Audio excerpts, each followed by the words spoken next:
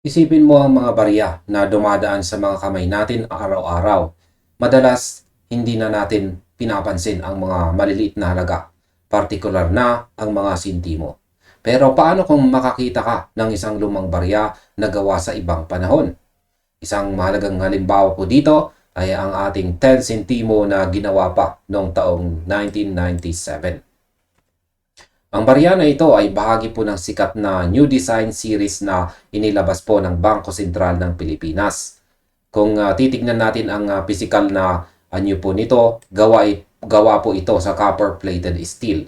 Ibig sabihin, bakal ang core nito na binalutan lamang ng manipis na layer ng tanso para magbigay ng kakaibang kulay at proteksyon laban po sa kalawang. Pagdating naman sa mga sukat, ang 10 sentimo noong 1997 ay may timbang na eksaktong 2.5 grams. Ang diameter naman nito o ang kabuang lawak ng barya kapag sinukat ng pahiga ay eksaktong 17 millimeters. Kung susuriin mo ang disenyo nito, makikita po dito sa overside o sa harapang bahagi kung saan nandito po ang mukha ng barya. Makikita pa natin dito ang mismong denominasyon nito na 10 sentimo.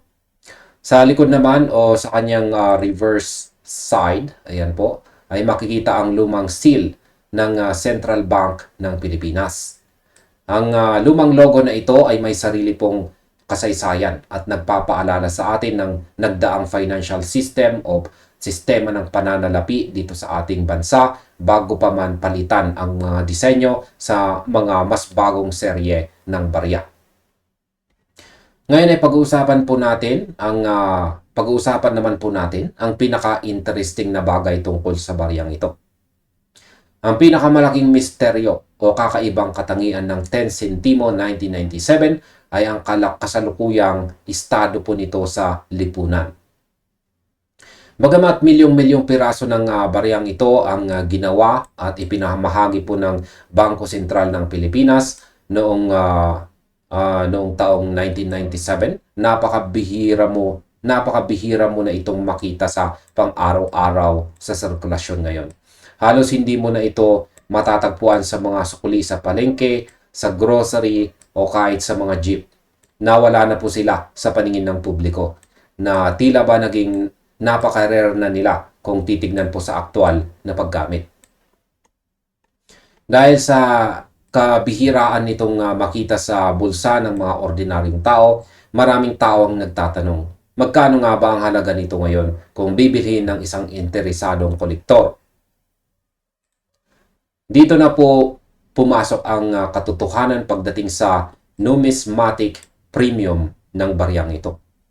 Ang numismatic premium ay ang dagdag na halaga ng barya base sa scarcity, demand at kondisyon nito.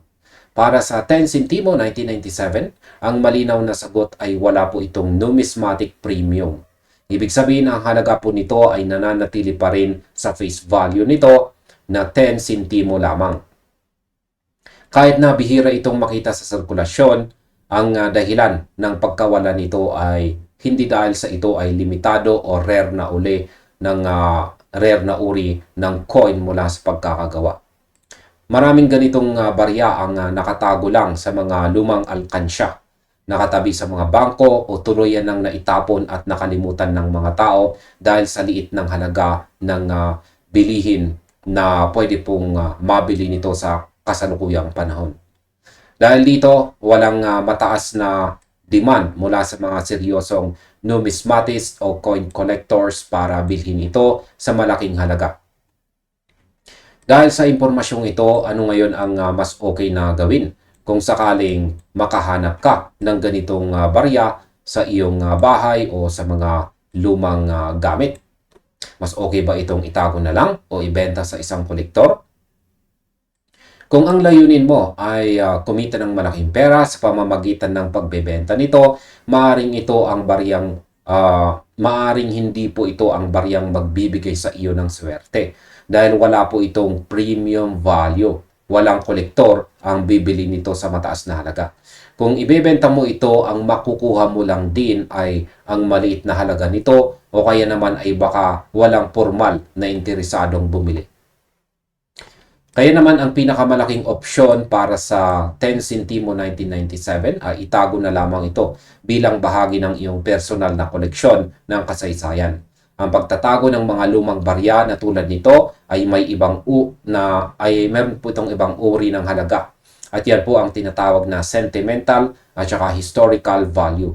Nagiging ebidensya ito ng itsura ng salapi ng Pilipinas noong huling bahagi ng dekada 90 or 1990. Kaya para sa mga tao na may malaking interes sa pag-aaral ng iba pang mga barya o kung mayroon kang iba pang mga uri ng barya sa iyong koleksyon na nais mong malaman kung may aktual na bintahan sa market, maaari mong tingnan ang mga active listings sa mga website tulad po ng eBay. Doon ay makikita mo ang iba't ibang presyo at demand para sa mga barya na tunay na hinahanap ng mga kolektor sa buong mundo. Ngunit para sa partikular na 10 Centimo na may taong 1997, ang pagpapanatili nito sa iyong tabi bilang alaala ng lumang serye ng pananalapi ang pinakamainam na hakbang na maaari mong gawin. At hanggang dito na lamang po tayo sa video na ito mga kabarya. Maraming salamat sa panonood. Panoorin na rin po ninyo ang recommended video natin dito.